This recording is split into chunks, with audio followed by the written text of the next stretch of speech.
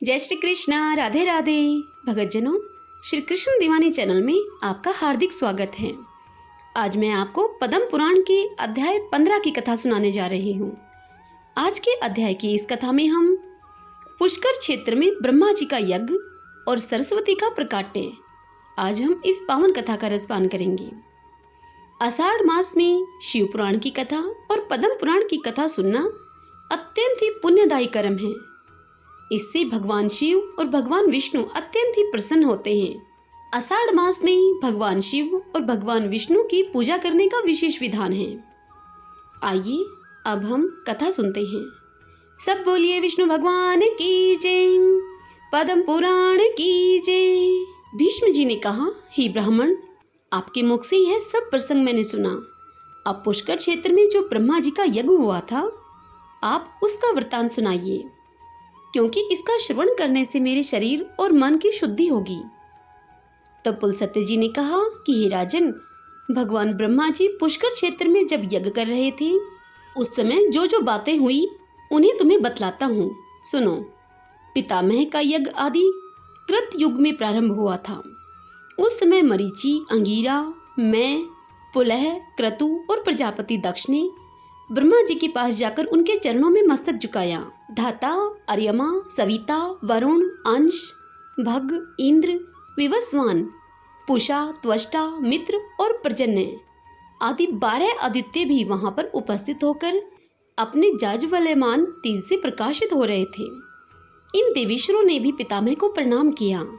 मृगव्याध, शर्व, महायशस्वी, निरृति, अजयकपाद, अहिर्बुद्धनय, पिनाकी, अपराजित, विश्वेश्वर भव, कप्रदी, स्थाणु और भगवान भग, ये 11 रुद्र भी उस यज्ञ में उपस्थित थे। दोनों अश्विनी कुमार, 8 वसु, महाबली मरुदगण, विश्वदेव और साधे नामक देवता ब्रह्मा जी के सम्मुख हाथ जोड़कर खड़े थे। शेष जी के वंशज वासुकी आदि बड़े बड़े नाग भी वहां पर विद्यमान थे। ताक्षर्य, अरष्टि नेमी, महाबली गरुड़, वारुणी तथा आरुणी, ये सभी विनता कुमार भी वहां पधारे थे। लोकपाल भगवान श्री नारायण ने वहां स्वयं पदार्पण किया और समस्त महर्षियों के साथ लोकगुरु ब्रह्मा जी से कहा, हे जगतपते, तुम्हारे ही द्वारा इस संपूर्ण संसार का विस्तार हुआ है। तुम्ही ने इसकी सृष्टि की है, इसलिए तुम संपूर्ण लोगों के ईश्वर हो। यहाँ हम लोगों के करने योग्य जो तुम्हारा महान कार्य हो, उसे करने की हमें आज्ञा दो। देव ऋषियों के साथ भगवान श्री विष्णु ने ऐसा कहकर देवेश्वर ब्रह्मा जी को नमस्कार किया। ब्रह्मा जी वहां स्थित होकर संपूर्ण दिशाओं को अपने तेज से प्रकाशित कर रहे थे तथा भगवान श्री विष्णु भी श्रीवत्स चिन्ह से सुशोभित एवं सुंदर स्वर्णमय यज्ञोपवीत से देदीप्यमान हो रहे थे। उनका एक एक रोम परम पवित्र है। वे सर्वसमर्थ हैं। उनका वक्षस्थल विशाल तथा श्री विग्रह संपूर्ण तेजों का पुंज जान पड़ता है। देवताओं और ऋषियों ने उनकी इस प्रकार स्तुति की, जो पुण्य आत्माओं को उत्तम गति और पापियों को दुर्गति प्रदान करने वाले हैं। योग सिद्ध महात्मा पुरुष जिन्हें उत्तम योग स्वरूप मानते हैं, जिनको अणिमा आदि 8 ऐश्वर्य नित्य प्राप्त हैं, जिन्हें देवताओं में सबसे श्रेष्ठ कहा जाता है। मोक्ष की अभिलाषा रखने वाले संयमी ब्राह्मण योग से अपने अंतःकरण को शुद्ध करके जिन सनातन पुरुष को पाकर जन्म मरण के बंधन से मुक्त हो जाते हैं, चंद्रमा और सूर्य जिनके नेत्र हैं तथा अनंत आकाश जिनका विग्रह है, उन भगवान की हम शरण लेते हैं, जो भगवान संपूर्ण भूतों की उत्पत्ति और वृद्धि करने वाले हैं, जो ऋषियों और लोकों के सत्रष्टा तथा देवताओं के ईश्वर हैं, जिन्होंने देवताओं का प्रिय और समस्त जगत का पालन करने के लिए चिरकाल से पितरों को कव्य तथा देवताओं को उत्तम हविष्य अर्पण करने का नियम परिवर्तित किया है। उन देव श्रेष्ठ परमेश्वर को हम सादर प्रणाम करते हैं।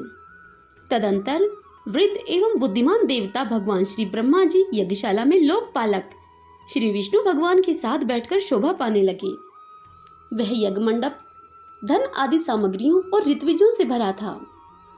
परम प्रभावशाली भगवान श्री विष्णु धनुष हाथ में लेकर सब ओर से उस यज्ञ की रक्षा कर रहे थे।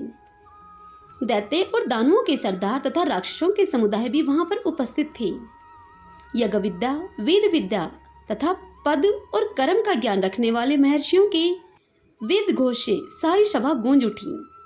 यज्ञ में स्तुति कर्म के जानकार, शिक्षा के ज्ञाता, शब्दों की व्युत्पत्ति एवं अर्थ का ज्ञान रखने वाले और मीमांसा के युक्ति युक्त वाक्यों को समझने वाले विद्वानों के उच्चारण किए हुए शब्द सबको सुनाई देने लगे।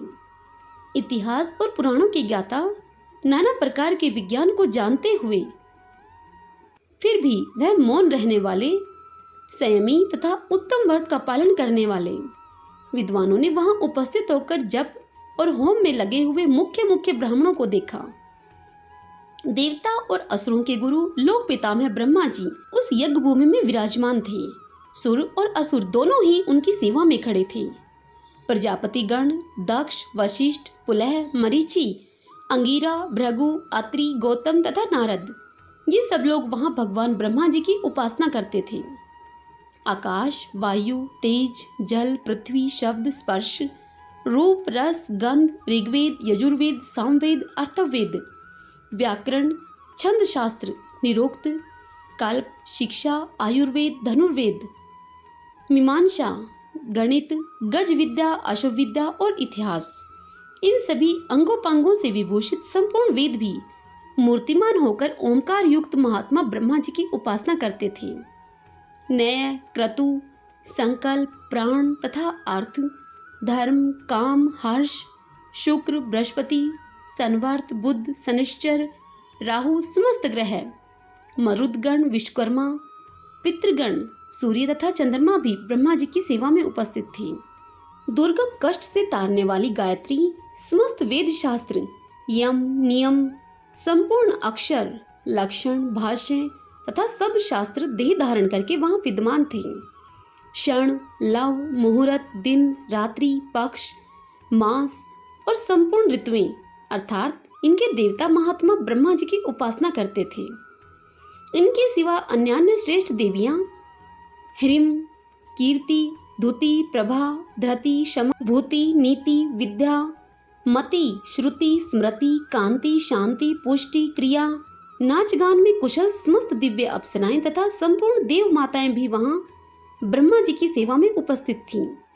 विपरचिति, शिबी, शंकु, केतमान, प्रहलाद, बलि, कुंभ, संह्लाद, अनुह्लाद, वृषपर्वा, नमोची, शंबर, इंद्रतापन, वातापी, केशी, राहु और वत्र, ये तथा और भी बहुत से दानव जिन्हें अपने बल पर गर्व था, ब्रह्मा जी की उपासना करते हुए वे सब इस प्रकार बोले। दानवों ने कहा कि हे भगवान, आपने ही हम लोगों की सृष्टि की है, हमें तीनों लोकों का राज्य दिया है तथा देवताओं से अधिक बलवान बनाया है।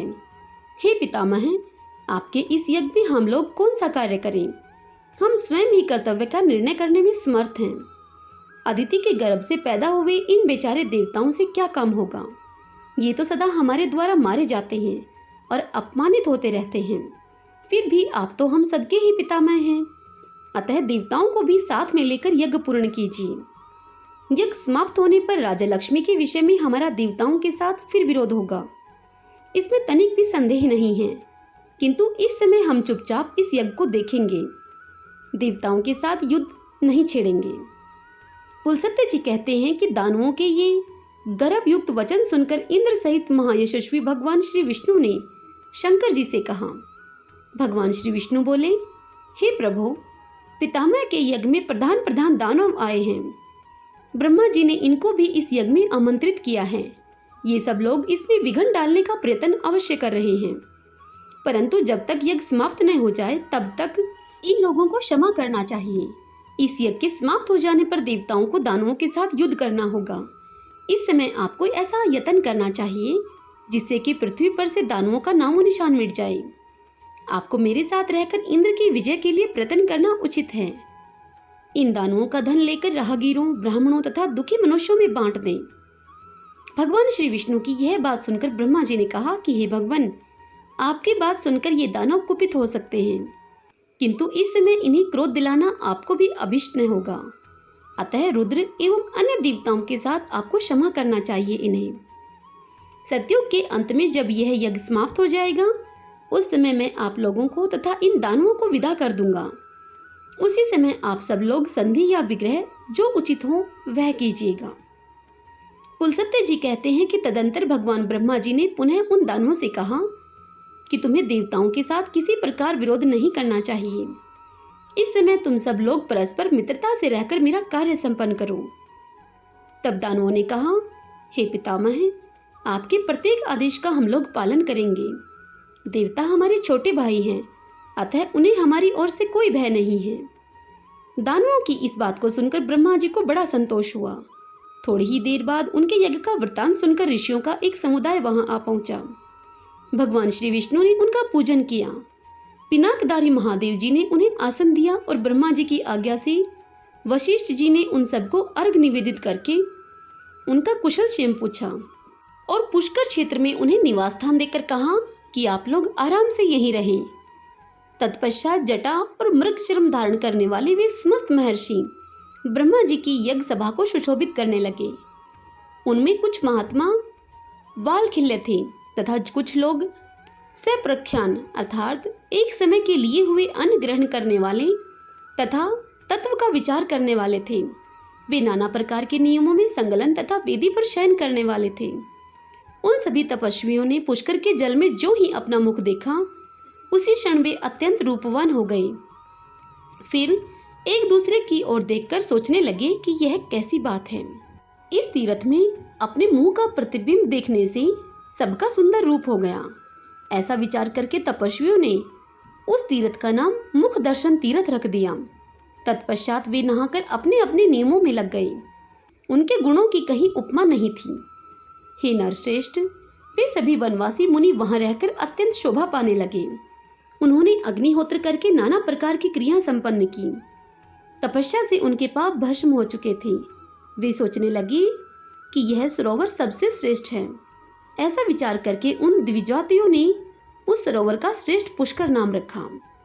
तदंतर ब्राह्मणों को दान के रूप में नाना प्रकार के पात्र देने के पश्चात वे सभी द्विज वहां प्राची सरस्वती का नाम सुनकर उसमें स्नान करने की इच्छा से गए। तीर्थों में श्रेष्ठ सरस्वती के तट पर बहुत से द्विज निवास करते थे। नाना प्रकार के वृक्ष उस स्थान की शोभा बढ़ा रहे थे। वह तीर्थ सभी प्राणियों को मनोरम जान पड़ता था। अनेक ऋषि मुनि उसका सेवन करते थे। उन ऋषियों में से कोई वायु पीकर रहने वाले थे और कोई जल पीकर। कुछ लोग फलाहारी थे और कुछ केवल पत्ते चबाकर रहने वाले थे। सरस्वती के तट पर महर्षियों के स्व अध्याय का शब्द गूंजता रहता था। मृगों के सैकड़ों झुंड वहां विचरण किया करते थे।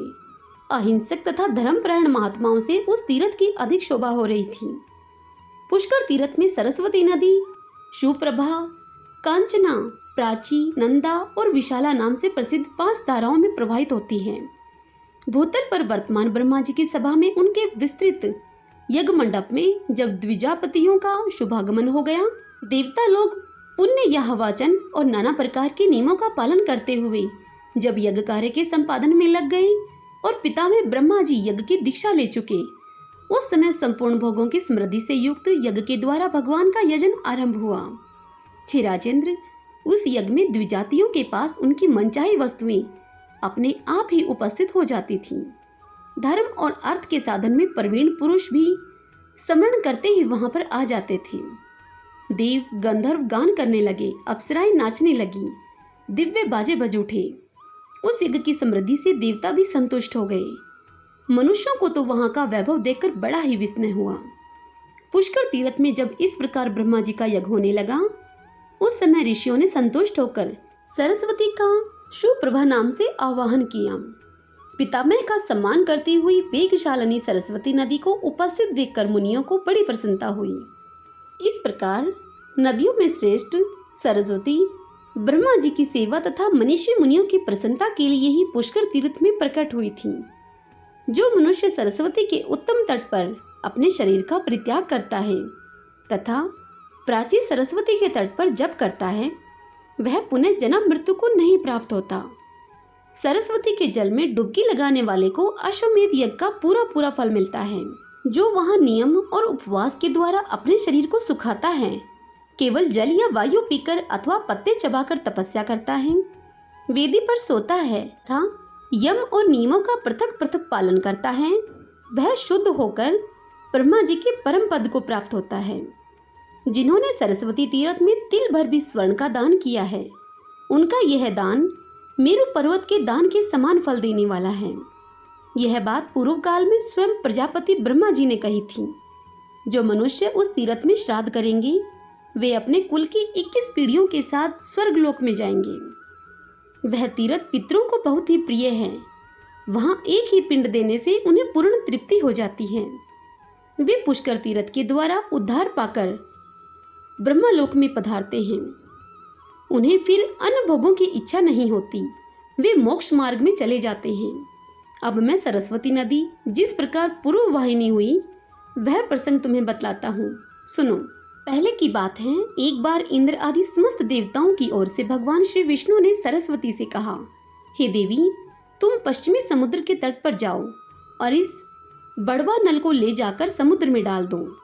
ऐसा करने से समस्त देवताओं का भय दूर हो जाएगा। तुम माता की भांति देवताओं को अभय दान दो।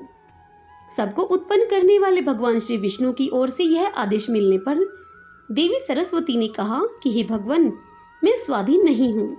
आप इस कार्य के लिए मेरे पिता ब्रह्मा जी से अनुरोध कीजिए। पिताजी की आज्ञा के बिना मैं एक पग भी कहीं नहीं जा सकती। सरस्वती का अभिप्राय जानकर देवताओं ने ब्रह्मा जी से कहा कि हे पितामह, आपकी कुमारी कन्या सरस्वती बड़ी साध्वी हैं। उसमें किसी प्रकार का कोई दोष नहीं देखा गया है। अतः उसे छोड़कर दूसरा कोई नहीं है जो बड़वा नल को ले जा सके। पुलसत्य जी कहते हैं कि देवताओं की यह बात सुनकर ब्रह्मा जी ने सरस्वती को बुलाया और उसे गोद में लेकर उसका मस्तक सूंघा और फिर बड़े स्नेह के साथ कहा कि बेटी, तुम मेरी और इन समस्त देवताओं की रक्षा करो। देवताओं के प्रभाव से तुम्हें इस कार्य के करने के लिए बड़ा सम्मान प्राप्त होगा। इस बड़वा नल को ले जाकर खारे पानी के समुद्र में डाल दो। पिता के वियोग के कारण बालिका के नेत्रों में आंसू छलछला आए। उसने ब्रह्मा जी को प्रणाम करके कहा कि अच्छा, जाती हूँ। उस समय संपूर्ण देवताओं तथा उसके पिता ने भी कहा कि भय न करो। इससे वह भय छोड़कर प्रसन्न चित्त से जाने को तैयार हो गई। उसकी यात्रा के समय शंख और नगाड़ों की ध्वनि तथा मंगल घोष होने लगा, जिसकी आवाज से सारा जगत गूंज उठा। सरस्वती अपने तेज से सर्वत्र प्रकाश फैलाती हुई चल पड़ी। उस समय गंगा जी उसके पीछे पीछे हो चली। तब सरस्वती ने कहा कि सखी, तुम कहाँ आती हो? मैं फिर तुमसे मिलूंगी। सरस्वती के ऐसा कहने पर गंगा ने मधुर वाणी में कहा कि शुभे, अब तो तुम जब पूर्व दिशा में आओगी तभी मुझे देख सकोगी। देवताओं के सहित तुम्हारा दर्शन तभी मेरे लिए सुलभ हो सकेगा। यह सुनकर सरस्वती ने कहा, हे सूची समते, तब तुम भी उत्तराभिमुख होकर शोक का परित्याग कर देना।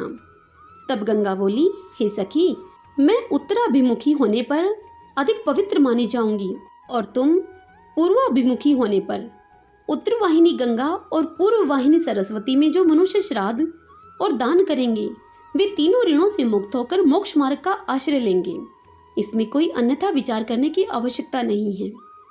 इस पर वह सरस्वती नदी रूप में परिणित हो गई। देवताओं के देखते ही देखते एक पाकर के वृक्ष के जड़ से प्रकट हुई। वह वृक्ष भगवान विष्णु का स्वरूप है। संपूर्ण देवताओं ने उसकी वंदना की है। उसकी अनेक शाखाएं सब और फैली हुई हैं।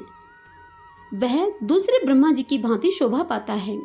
यद्यपि उस वृक्ष में एक भी फूल नहीं है, तो भी वह डालियों पर बैठे हुए शुक आदि पक्षियों के कारण फूलों से लदा सा जान पड़ता है।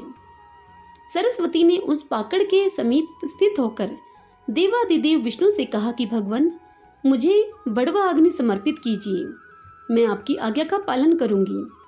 उसके ऐसा कहने पर भगवान श्री विष्णु बोले, शुभे, तुम्हें इस बड़वा नल को पश्चिम समुद्र की ओर ले जाते समय जलन का कोई भय नहीं होगा। पुलसत्य जी कहते हैं, तदंतर भगवान श्री विष्णु ने बड़वा नल को सोने के घड़े में रखकर सरस्वती को सौंप दिया।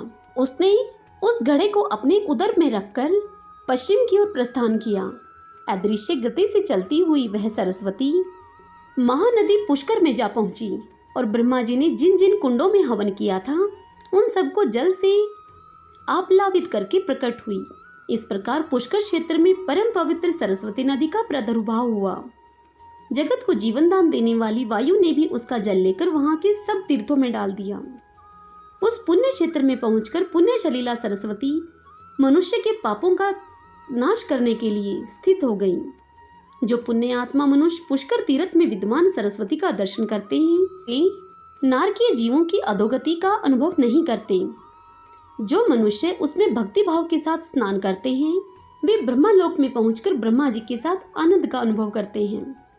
जो मनुष्य ज्येष्ठ पुष्कर में स्नान करके पितरों का तर्पण करता है वह उन सब का नरक से उद्धार कर देता है तथा स्वयं उसका भी चित्त शुद्ध हो जाता है। ब्रह्मा जी के क्षेत्र में पुण्य शलीला सरस्वती को पाकर मनुष्य दूसरे किस तीर्थ की कामना करे, उससे बढ़कर दूसरा तीर्थ है ही कौन। संपूर्ण तीर्थों में स्नान करने से जो फल प्राप्त होता है वह सब का सब ज्येष्ठ पुष्कर में एक बार डुबकी लगाने से मिल जाता है। अधिक क्या कहा जाए, जिसने पुष्कर क्षेत्र का निवास, ज्येष्ठ कुंड का जल तथा उस तीर्थ में मृत्यु, ये तीनों बातें प्राप्त कर ली, उसने परम गति पा ली। जो मनुष्य उत्तम काल, उत्तम क्षेत्र तथा उत्तम तीर्थ में स्नान करके और होम करके ब्राह्मणों को दान देता है वह अक्षय सुख का भागी होता है। कार्तिक और वैशाख के शुक्ल पक्ष में तथा चंद्रमा और सूर्य के ग्रहण के समय स्नान करने योग्य कुरु जंगल देश में जितने क्षेत्र और तीर्थ मुनीश्वरों के द्वारा बताए गए हैं उन सब में यह पुष्कर तीर्थ अधिक पवित्र है, ऐसा ब्रह्मा जी ने कहा है। जो पुरुष कार्तिक की पूर्णिमा को मध्यम कुंड अर्थात मध्यम पुष्कर में स्नान करके ब्राह्मण को धन देता है उसे अश्वमेध यज्ञ का फल मिलता है।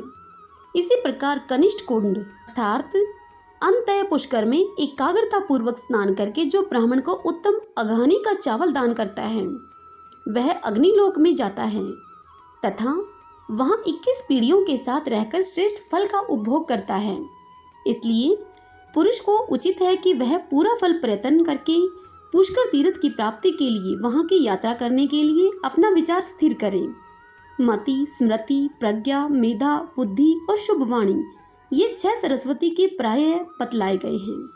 जो पुष्कर के वन में जहाँ प्राची सरस्वती है वहां जाकर उसके जल का दर्शन भर भी कर लेता है उन्हें भी अश्वमेध यज्ञ का फल मिलता है तथा जो उसके भीतर गोता लगाकर स्नान करता है वह तो ब्रह्मा जी का अनुचर होता है। जो मनुष्य वहां विधि पूर्वक श्राद्ध करते हैं वे पितरों को दुखदायी नरक से निकालकर स्वर्ग में पहुंचा देते हैं। जो सरस्वती में स्नान करके पितरों को कुष्ठ तथा तिल से युक्त जल का दान करते हैं उनके पितर हर्षित होकर नाचने लगते हैं। यह पुष्कर तीर्थ सब तीर्थों से श्रेष्ठ माना गया है क्योंकि यह आदि तीर्थ है, इसीलिए इस पृथ्वी पर यह समस्त तीर्थों में विख्यात है। यह मानव धर्म और मोक्ष की क्रीड़ा स्थली है, निधि है। सरस्वती से युक्त होने के कारण इसकी महिमा और अधिक बढ़ गई है। जो लोग पुष्कर तीर्थ में सरस्वती नदी का जल पीते हैं वे ब्रह्मा और महादेव जी के द्वारा प्रशंसित अक्षय लोकों को प्राप्त होते हैं। धर्म के तत्व को जानने वाले मुनियों ने जहाँ जहाँ सरस्वती देवी का सेवन किया है उन सभी स्थानों में वे परम पवित्र रूप से स्थित हैं, किंतु पुष्कर में वे अन्य स्थलों की अपेक्षा विशेष पवित्र मानी गई है। पुण्यमयी सरस्वती नदी संसार में सुलभ है, किंतु कुरुक्षेत्र, प्रभास क्षेत्र और पुष्कर क्षेत्र में तो वह बड़े भाग्य से प्राप्त होती हैं। अतः वहां इसका दर्शन दुर्लभ बताया गया है। सरस्वती तीर्थ इस भूतल के समस्त तीर्थों में श्रेष्ठ होने के साथ ही धर्म, अर्थ, काम और मोक्ष इन चारों पुरुषार्थों का उत्तम साधक है। अतः मनुष्य को चाहिए कि वह ज्येष्ठ, मध्यम और कनिष्ठ तीनों पुष्करों में यत्नपूर्वक स्नान करके उनकी प्रदक्षिणा करें। तत्पश्चात पवित्र भाव से प्रतिदिन पितामह का दर्शन करें। ब्रह्मालोक में जाने की इच्छा रखने वाले पुरुष को अनुलोम क्रम से अर्थात क्रमशः ज्येष्ठ, मध्यम और कनिष्ठ पुष्कर में तथा विलोम क्रम से अर्थात कनिष्ठ, मध्यम और ज्येष्ठ पुष्कर में स्नान करना चाहिए। इस प्रकार वह उक्त तीनों पुष्करों में से किसी एक में या सब में नित्य स्नान करता रहे। पुष्कर क्षेत्र में 3 सुंदर शिखर और 3 ही स्रोत हैं। वे सब के सब पुष्कर नाम से ही प्रसिद्ध हैं। उन्हें ज्येष्ठ पुष्कर, मध्यम पुष्कर और कनिष्ठ पुष्कर कहते हैं। जो मन और इंद्रियों को वश में करके सरस्वती में स्नान करता और ब्राह्मणों को एक उत्तम गौ का दान देता है वह शास्त्रीय आज्ञा के पालन से शुद्ध चित्त होकर अक्षय लोकों को पाता है। अधिक क्या कहें, जो रात्रि के समय भी स्नान करके वहां याचक को धन देता है वह अनंत सुख का भागी होता है। पुष्कर में तिल दान की मुनि लोग अधिक प्रशंसा करते हैं। तथा कृष्ण पक्ष की चतुर्दशी को वहां सदा ही स्नान करने का विधान है। हे भीष्म जी, पुष्कर वन में पहुंचकर सरस्वती नदी के प्रकट होने की बात बताई गई। अब वह पुनः अदृश्य होकर वहां से पश्चिम दिशा की ओर चली। पुष्कर से थोड़ी ही दूर जाने पर एक खजूर का वन मिला जो फल और फूलों से सुशोभित था। सभी ऋतुओं के पुष्प उस वन स्थली की शोभा को बढ़ा रहे थे। वह स्थान मुनियों के भी मन को मोहने वाला था। वहां पहुंचकर नदियों में श्रेष्ठ सरस्वती देवी पुनः प्रकट हुई। वहां वे नंदा के नाम से तीनों लोकों में प्रसिद्ध हुई। हरि ओम तत्सत। भगतजनों, पद्म पुराण के इस अध्याय की यह कथा यहीं संपूर्ण होती है। कल हम अगले अध्याय की कथा सुनेंगे। कल के अध्याय में हम सरस्वती के नंदा नाम पढ़ने का इतिहास और उसका महात्म्य, कल हम इस पावन कथा का रसपान करेंगे। सब बोलिए विष्णु भगवान की जय, पद्म पुराण की जय। यदि यह कथा आपको पसंद आई हो, आपके लिए यह जानकारी उपयोगी हो, तो इस वीडियो को लाइक करें और शेयर करें। जय श्री कृष्णा, राधे राधे।